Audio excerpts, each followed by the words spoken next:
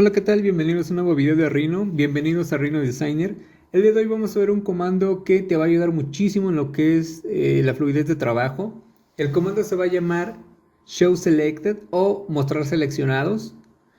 En este caso, ¿en qué va a consistir el comando? Primero, tenemos aquí algunos elementos. Si quieres aprender a modelar esta gorra, ya está el video disponible ahí en mi canal. Tenemos estos elementos y los voy a ocultar. Ahora voy a escribir guión bajo show y aquí lo tendríamos, show selected. Va a aparecer lo que he escondido, pero yo puedo hacer la selección de algunos elementos que quiera aparecer y cuando dé un enter, los que no he seleccionado van a ocultarse. Así funciona el comando de show selected. Ahora di control Z.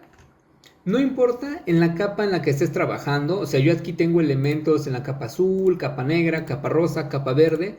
Tampoco importa qué tipo de elementos sean estos, no importa si son mallas, superficies, sólidos, si son sub-D, si son vectores, si son puntos, si son polisuperficies, si son extrusiones que tú hiciste, si son sólidos, no importa. Lo voy a aplicar una vez más. En esta ocasión les voy a mostrar el comando, o más bien el icono. Voy a ocultar mis elementos, así. Y tendría que venir a este botón que es de Show and Hide. Voy a venir a clic y sería este de aquí. Dice mostrar objetos seleccionados. Voy a cliquearlo. Aparece de nueva cuenta mis elementos y puedo seleccionar. Voy a seleccionar incluso de diferentes capas. Quiero esos tres, incluso este de aquí, ¿no? Voy a dar un enter. Y vean que solamente me ha dejado estos elementos. Lo demás lo ha ocultado aquí. ¿Sí? Entonces así funciona este comando. Si tienes tu máquina, o más bien si tienes tu Rhino en español, sería mostrar selección. Ese es el comando tal cual.